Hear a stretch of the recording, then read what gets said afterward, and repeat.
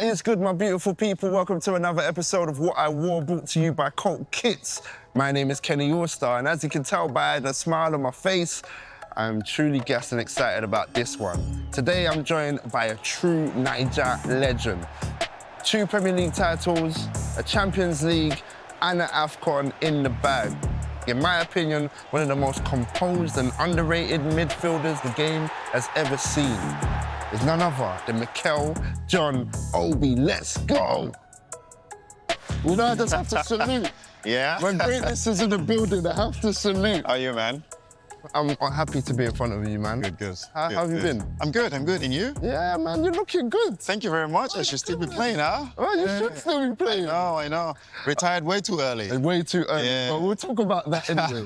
So as you can see, we have jerseys. We're going to try and tell your story. Yeah. Your decorated story. Yeah. Through many jerseys and many moments in your playing career. Yeah. And I'm Nigerian myself. Are you? Oh, nice. Yes. And it's an honor to have you here. So can we just start from the beginning? Yeah. We have to talk about back home, yeah? Oh, yeah, I mean, this is way back, isn't it? Yeah, way back. Way back before my time, yeah. For me, I think when you talk about Nigerian football, you can't talk about Nigerian football without these 2 legends. Khan obviously played for Arsenal, and Jeje Okocha played for Bolton in the Premier League. Kanu made me, start watching the Premier League because he was so successful with Arsenal in the Premier League. So for me, these guys, special guys, friends of mine, but I think I have one thing over them, which is I won more trophies than them. Early, I like that. And it's funny, when you raise the JJ jersey, the number 10, I think about your playing career. Yeah. And before we knew you as the midfielder that we know you to be, you was a 10. I was a 10, I was a 10. And everybody tipped me to be the next Jeje Okocha. I don't play like him. He's, for me, one of the most gifted Nigerian player ever. But I was the guy who made sure everything went through me. But then obviously joining Chelsea and then becoming a defensive player, it was for the team, and we went on to win everything. So I'm happy. You're happy? No regrets, no regrets at all. Yeah. So let's go to the beginning. Plateau United. Oh, wow. First professional signing, of course. You started back home in Nigeria. What is it like playing? What I can remember about playing for Plateau United, obviously, listen, I wasn't from a wealthy family. I was from a very, very poor family. And, growing up, I was like, how do I help the family? So for me to be able to sign for this club, and I started receiving a little bit of salary, most of it had to go to my mom to help the family. Okay. This is pretty special to me. Okay, well, we can't forget lipstick. This is funny because... This is a trouble shirt. So before we go into that, Yeah. I remember one of the first things my dad used to say to me is, when I first come to the UK, the weather. Yeah, oh my God. I can imagine Norway had my God. Imagine a kid going there, 16, 17, never seen snow ever in my life. Yeah. Absolutely freezing, training. I was like, what am I doing here? For me, coming from the weather in Africa and then being thrown into, the snow in Norway, it's this high, you know what I mean? It's freezing. And then, of course, signing for United and the whole thing that happened. And it's still a part of the journey. It's part of it, yeah. Okay, now, a lot of people watching this, they're going to want me to talk about this. Yeah, I can touch it. So this is... 21, it wasn't it? Yeah. Very interesting. You signed with Manchester United. Pre-contract. My first trials was with Manchester United. After my under-17 tournament, I went there for trials. And then United thought, okay, you spend 2-3 months with us, go back home and come back. Until you become 18, then you sign a professional contract. So I went back home, and then Chelsea heard about the whole thing that I'm back home, and they sent an agent back home to come to Nigeria. Wow. To come in and get me to go to trials at Chelsea. I went to trials at Chelsea, and also they liked me. They wanted me to sign. So they thought, okay, we're not going to make the same mistake as United did, sending you back home. We're going to send you to Norway. I played a game for Lyn Oslo. A couple of weeks leading to that, I'll turn 18. United got to find out where I was. And then they sent their agent to come over to Oslo. That's when the contract came from United, Fergie and his agents. That's when I signed the contract. And of course, Chelsea sent me to Norway and they said, why will you do that? We've been looking after you for about a year now. So when they saw that, they refused to let it go. And they said, no, we definitely will fight. FIFA couldn't sort it out to get either of the team to back off. The English FA got involved, and then I had a one-to-one meeting with Fergie. He said he wanted a meeting with me, alone, without anybody, for 30 minutes. He will be able to convince me to come to United. So I had the meeting, he couldn't convince me, and that's how it got settled. If you don't mind me asking, why wasn't you convinced joining Manchester United? When you look at both teams, I think you have a team already that's won everything, that's made history, and you have a team with a young manager that's just coming into the Premier League, Jose Mourinho, that wants to build something special at Chelsea, to create history at Chelsea. Yeah. And then when I look at both, I thought, why don't I just go to Chelsea where I can be part of history, you know what I mean? Because at United, they've won everything anyways. It's true. So for me, it turned out to be a great decision. Yeah. And of course, who wouldn't want to live in London better than Manchester? It's not bad, right? It's not you bad. Know what? You've been holding this for too long. I have to take this off. Yeah. Let's talk about the special one. Yeah. Jose. He gets into each and every individual's head. He figures you out pretty quickly. Every time we lose a game, and then he gets really, really angry. So for like 2 days, we don't see him. So he disappears. He doesn't come down to the training ground. He stays upstairs in his office and he watches the whole training. We have to go out again and win. If we win, then he comes down from training and then he's happy. If you don't win, he doesn't come back. So it's just the way, the mental side of it. It's unbelievable. He just finds a way to get the best out of us. 2007 League Cup final against Arsenal. Yeah. Do you remember this particular moment in this cup final? Can you tell me more about this moment? Listen, Arsenal, we absolutely hate each other, and that's how it got. We saw each other, in London, night out, whatever. We never spoke to each other. And that game there just showed it. I think I came into the game and I think Kolo, there was a little bit of tackle, and then he stood up and he jumped on me, and I was like, whoa. You can see that I was like, whoa. Yeah. I didn't do anything. And then before you know it, that's Frank Lampard and Lambs was and Sex. Lambs was in it. And the story about these two, though, Frank and Sex, oh my God. These two guys don't see eye to eye at all. They absolutely do not like each other. Really?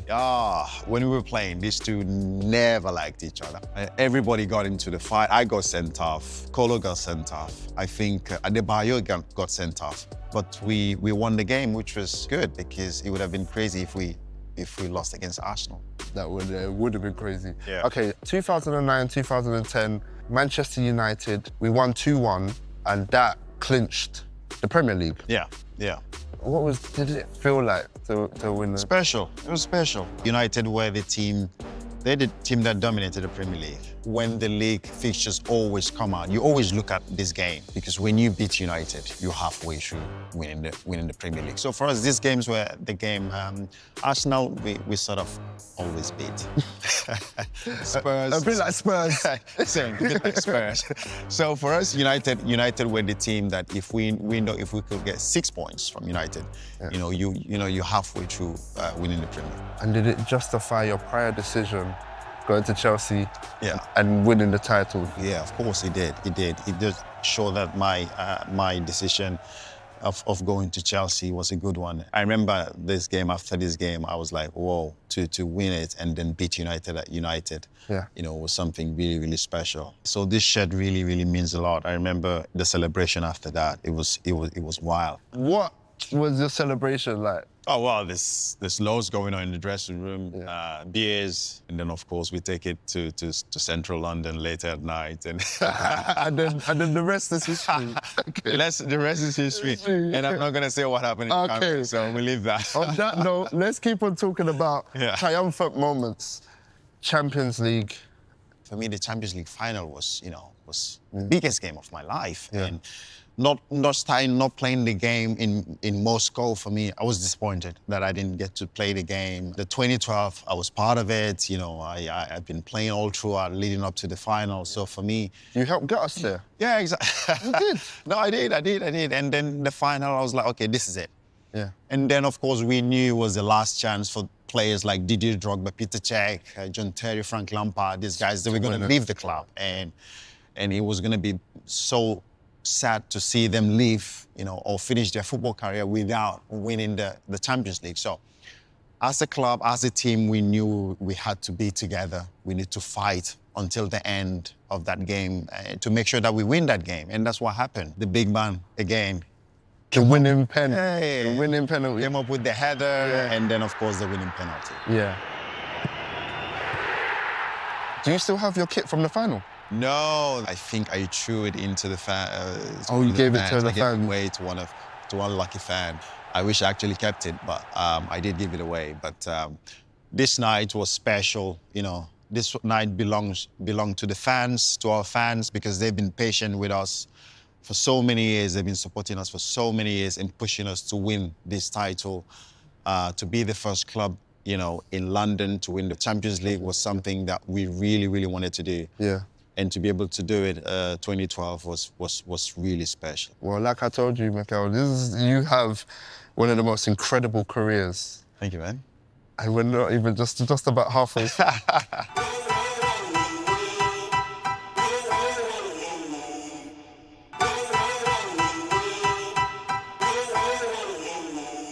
So when I think about Chelsea's African contingent, some of the most famous African footballers have played for Chelsea. Of course, yourself. Yep.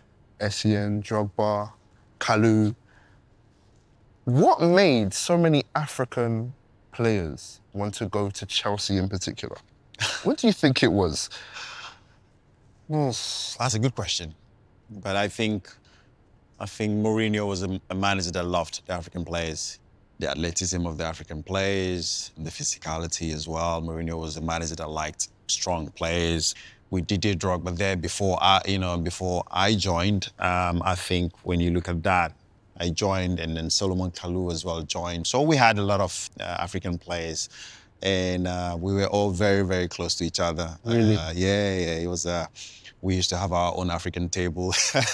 Really? Yeah, sometimes, and then we have. Also, the Spanish guys, they join us in the African table, which was, special. Yeah. Okay, why do you think it didn't work for this man at Chelsea? It's like the story that could have been. Yeah, story that could have been. I mean, listen, I think what it was, I think it was a mentality probably. I put it down to that. Back then when he was younger, that football club back then, the dressing room was, was tough. It was tough. Players with so much ego, managers, big managers with so much ego. And if you couldn't take the hit, you have to go. I think that's what happened to him, Kevin De Bruyne, Romelu Lukaku. These guys were, I know now they're mature, they're much stronger. I think back then mentality was a bit weak. And for me, my mentality then was very strong. With what I went through with the whole transfer saga and everything, kind of like built my mentality. I was already strong mentality-wise coming to the club, and that really helped me. But for these guys, I thought, the reason why it didn't work out well for them at the club was just mental, because they're very talented players, and they've gone on to show that. Now we can see all that, players who've gone on to achieve so much and become, best players in the world. On that note then, let's stay on maestros. Eden Hazard or Mo Salah? Eden Hazard. Eden Hazard. What a player. I've always said he's the best player that I've played with at the club. Amazing footballer. And he's been at Liverpool now for so many years, breaking records upon record. A tough question. I mean, if you ask me as a footballer, who do I like to watch? Who would I want to go watch and enjoy watching? Of course, Eden Hazard. Eden Hazard. Eden Hazard! Magical! Okay, let's go back. Because to be fair, you are one of my favourite midfielders of all time. Oh, thank you, man. But do you know who else is? The man's so good, they named the whole role after him. Yeah. Makelele. A mentor of mine. I remember when I joined the club, Mourinho said to me, had a meeting, he said, listen, I know you're number 10, but at the club now I have a lot of number 10s. And this man here he's leaving in 6 months. His contract is done. This is where I want you to play. I want you to play as a holding player because I think you're going to be good at it. You don't give the ball away. You're very assured. You're strong. You can hold the ball. I remember having that conversation. I was like, I want to be myself. I want to be my creative self. I decided to put my ego aside and, decided to play for the team. And he said, this is a position where you never get recognized. You don't get the limelight. After the game on the weekend, you read the Sun newspaper, your name is never going to be mentioned. It's going to be the Didiers, the Frank Lampard who put the ball in the back of the net. But this man was absolutely special, physically not big, but just the timing. His timing is impeccable. The way he times the game, the way he reads the game. And that's what I learned from him. Reading of the game, being in a position, where do you cover? Because this position is all about being in the right place at the right time. I learned that from this guy here. Okay, winner stays on. Oh, no. Question, Claude Makelele. Remember, it's winner stays on. Oh, man. We're going to find your ultimate Chelsea midfielder. What a player. Didn't get recognition that he deserved, though. I mean, we talk about so many great midfielders. Not just in Chelsea, in the Premier League. Yeah. Makelele, oh my God, we call him the train. When he goes, it's difficult to stop. Power, speed, technique, everything he had. I think I might just go with Essien. Wow, okay. Yeah, Essien, yeah? Michael Essien versus N'Golo Kante. Didn't play with him. I think a guy who can run for the whole team. He can cover the whole pitch. I mean, sometimes footballers, we do get tired. You want to put your he never does that. He never got tired. I'm thinking, what is going on here? Just keeps running. It just keeps going. But Essien, what Essien did, this is a tough one. I go with Essien. Essien? Yeah, I'll go with Essien. Yes, okay. I just think he never got the recognition that he played right back for us sometimes when we out of defenders. He played at centre back. He played, as a holding player. He played as a number 8. He did everything for us. Every position he played. He was Mr. Reliable for us. Let's look to the future. Moises Caicedo versus Michael Essien. I think young player still has a lot to achieve. Yeah. The talent is there. You can see that he has so much qualities to be much, much better. There's so much there. He can still improve and be much, much better. He needs to achieve more for me too. So I'll still go with Michael Essien. Okay, Michael Essien. And that is the Mikel stamp right there. Michael Essien. Okay, so we started what I wore back home in Nigeria. We have to wrap back to Nigeria as well. The stylistic approach for all Nigerian jerseys have always been A1. I think Nike never cut corners. I don't know how you feel, but I don't think they ever cut corners when it comes to our jerseys. No, They've always got it right. Yeah. Do the players have any involvement in designs? Do they get asked their opinions when it comes to designs for a kit? I was really involved in this. Oh, really? Yeah, okay. I was really, really involved in this one. They showed me the design. I remember it didn't look anything like this, so we had to tweak it. Nike came up with this to put this white in the middle there. Amazing shirt. Sold out pretty quickly. I mean, everybody wanted it. Even I couldn't get it. What's going on? It's one of the best shirts that I think Nike has ever made. Yeah, I agree. Yeah, I agree. Yeah. Okay, again, more triumph. The 2013 AFCON. How special was it picking up the AFCON?